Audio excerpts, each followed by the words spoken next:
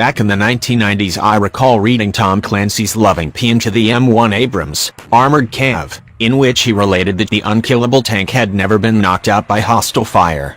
The Abrams 120mm cannon effortlessly peeled the turrets off of T-72 tanks in the Gulf War, while Russian anti-tank missiles and 125mm shells couldn't pierce the American tank's chubby armor. In fact, the Abrams' own gun reportedly struggled to penetrate the Abrams' depleted uranium armor. Since then, the Abrams has been involved in a lot more war, and it has had to forsake its invincible reputation. During the U.S. invasion and occupation of Iraq, several were knocked out by massive IEDs or RPGs in the vulnerable rear armor, others by advanced Russian-made anti-tank missiles such as the Ad-14 Kornet. In the ongoing conflicts in Yemen and Iraq, dozens of Saudi and Iraqi Abrams have been taken out by such missiles. The Abrams also hasn't encountered modern tanks.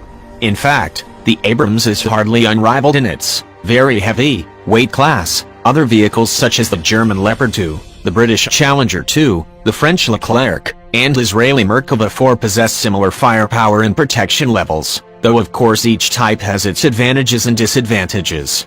However, none of them were likely to ever be shooting at an Abrams, so it wasn't a problem. For decades, the most threatening potential opponent was the Russian T-90 tank, a vehicle which has a fighting chance against the Abrams, but is hardly a peer. Russia's new T-14 Armata tank finally does present a peer challenge to the Abrams. While the Abrams still appears to have a slight edge in conventional armor, the Armata compensates with a combination of explosive reactive armor and a sophisticated radar-guided Afghan Active Protection System, APS, intended to shoot down incoming projectiles. The T-14's new 2A82 125mm also has improved armor penetration, meaning the Abrams' frontal armor may be vulnerable at shorter combat ranges, possibly 1,500 meters and less. While it's still debatable which is the superior tank, they clearly both are capable of destroying one another. The point is that the Abrams can no longer assume the inferiority of opposing tanks. Another thing they used to say in the 90s was the Army doesn't do cities. During the U.S. invasion and occupation of Iraq, which involved a gazillion military operations in urban terrain, a Tank Urban Survival Kit, TUSK, was rushed into service with a number of upgrades to cope with potential ambushes from any direction. Many of those upgrades have been standardized in later Abrams, including improved belly armor, a crew remotely operated weapon station, basically, a remote-controlled 50-caliber machine gun so that the crew isn't exposed when firing, and add-on explosive reactive armor, ERA, to the vulnerable sides of the turret. The U.S. Army had long eschewed ERA, as it can wound nearby friendly infantry and can get used up. However, it served as a relatively lightweight and inexpensive means of defending the Abrams' vulnerable side armor from concealed enemy rocket-propelled grenade teams. The latest Abrams variant is an upgrade package, the M1A2 SEP version 3. Many of its features are practical rather than sexy, upgraded computers, and a new auxiliary power unit, APU, that allows the Abrams to keep its sophisticated systems running while the engine is off, improving the fuel efficiency of the Abrams' notoriously thirsty turbine engines. Maintainability is improved with modular, replaceable cabling. There are some lethality upgrades, notably a data link to connect with new advanced multi-purpose programmable airburst shells. These will allow the Abrams main gun to shoot high explosive shells that detonate directly above enemy troops in cover, an ability hoped to counter to enemy anti-tank missile teams. Other detonation modes, including one optimized for penetrating walls, are also available. An improved forward-looking infrared sensor, FLIR, will upgrade the Abrams' detection capabilities and main gun accuracy. A revised, lower-profile remote-controlled machine gun also sports improved cameras. Finally, and possibly, most importantly, the M1's depleted uranium armor package has been improved. How much, you ask? The Defense Department sure ain't telling. ERA, however, does not appear in the default package. A jammer for disabling wireless IEDs has also been installed.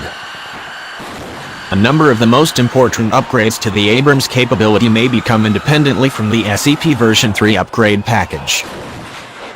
The first already began entering service in 2015, the M829A4 armor-piercing fin-stabilized discarding sabot shell, the latest ammunition type for the Abrams 120mm M256 cannon.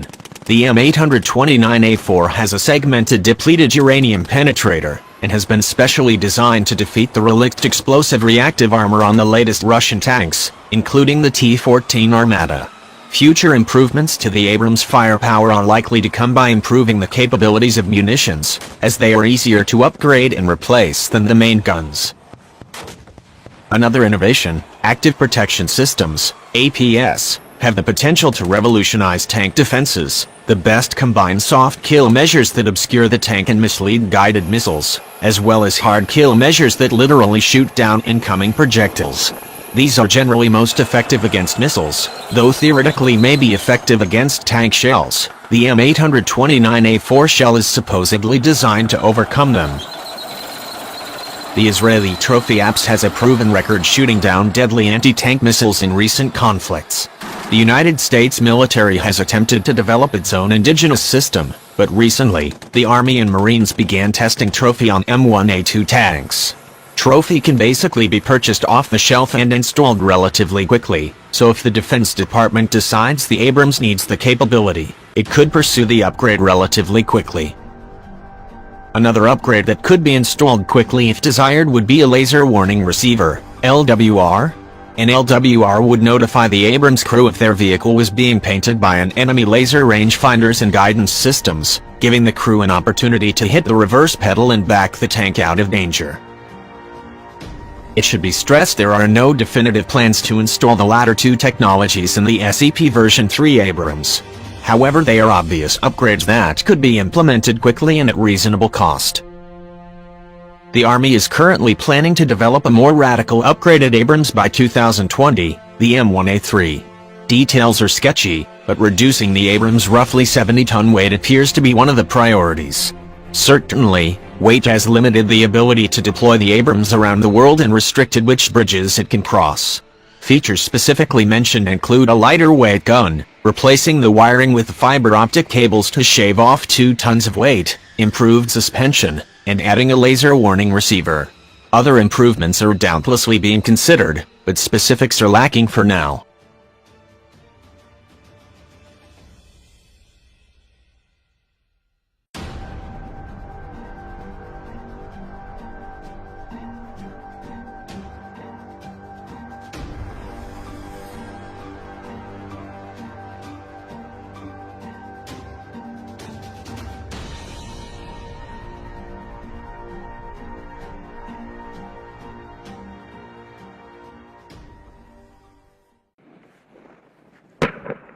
My name is Captain Joseph Thomas. I'm a 19 Alpha Armor Officer.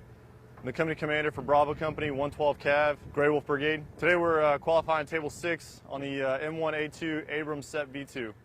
This is the culminating point for the crew. This is their crew qualification. They've conducted a Table 3 with the crew, which is a dry exercise of the Table 6. Conducted a Table 5, which is an opportunity for them to shoot and test their systems. This is just a stepping stone for the rest of the qualifications that the soldiers will achieve. Table 9 being the section, Table 12 being the platoon, and then eventually we'll execute the company CALFEX, which is the company qualification that we're all looking forward to. I couldn't be more proud of my soldiers in the way they're performing. We've got pretty good throughput so far, and the scores are coming back, and they're doing really, really well. These guys are setting themselves up to be superior crewmen and distinguished crewmen.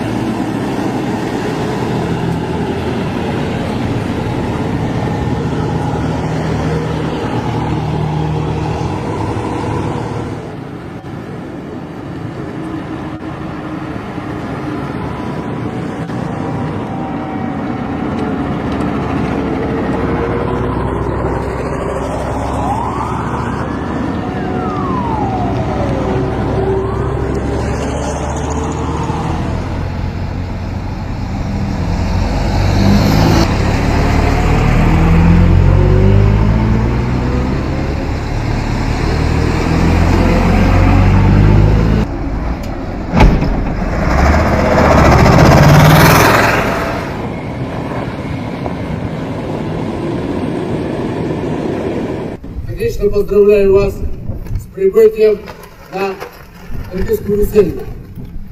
С этого момента мы являемся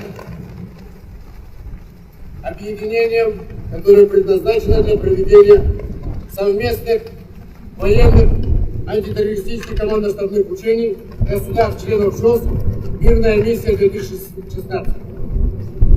Считаю, что поставленная перед нами задача нашими государствами, главнокомандующими вооруженными силами будет успешно выполнена. Мы надеемся, что эти учения пройдут с большой пользой для всех наших государств. Пожелать всем удачи и хорошего завершения наших учений.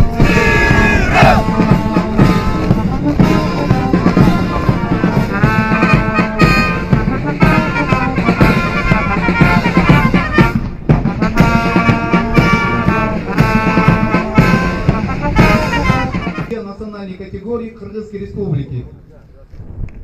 Мастера спорта по армлестингу. Так,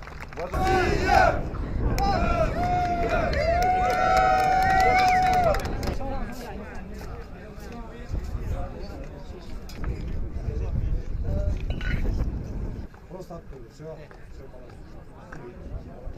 手打开，别把手握上，别握着，没事，别裁判的。Go， 开始。Стоп。Место занял Исламов, Российская Федерация. Второе место занял. Go。давай! Хорошо! Красавчик! Россия! Китайская Народная Республика. Третье место занял. Так, Таджикистан, вы знаете, да? Знаете. Все, хорошо. Сейчас, пожалуйста, кто? Ребят, покажите, неправильно как выполнять. Время на выполнение. Первое выполняется толчок.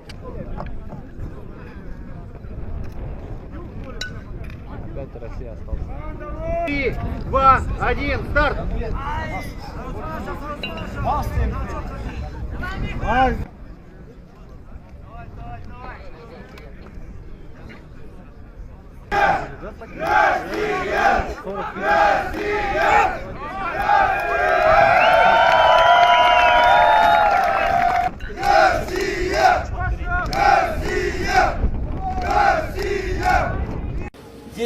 часов 31 минута. 22 М3. 10 часов 44 минуты.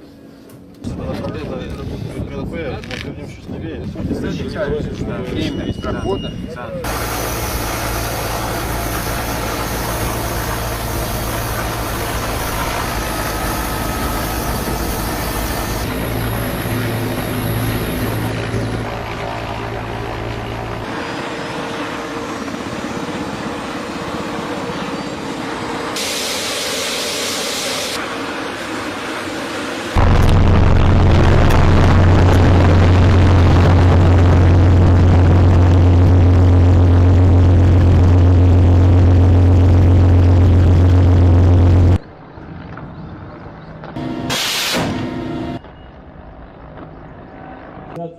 Выдвигается из района сосредоточения полка сил Кыргызской Республики. Старший.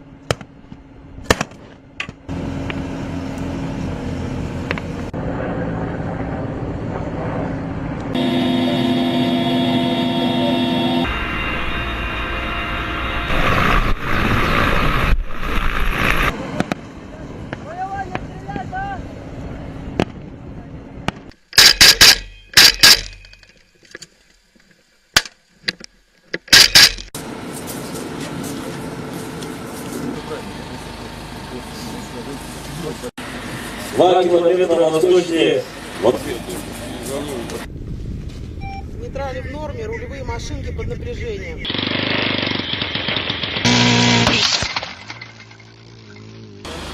Готово. Координаты 42. Последующим рядом 16 тысяч.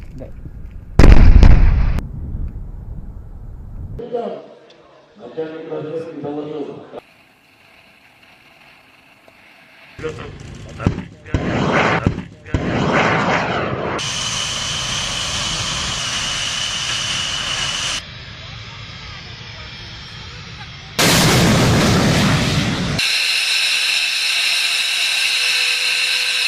Через 71 парой на боевом цель вижу главный.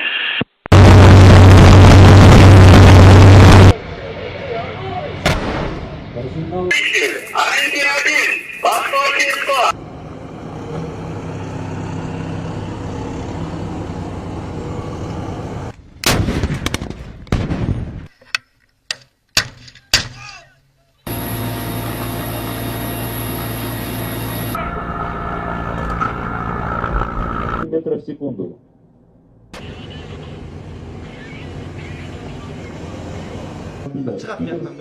Целью выявления засад. 5-й, он же основной. Штасов.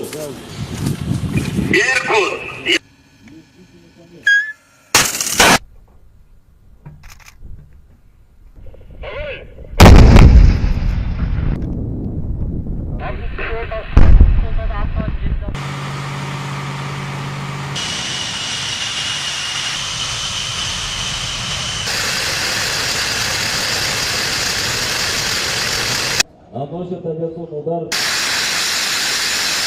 Длина полета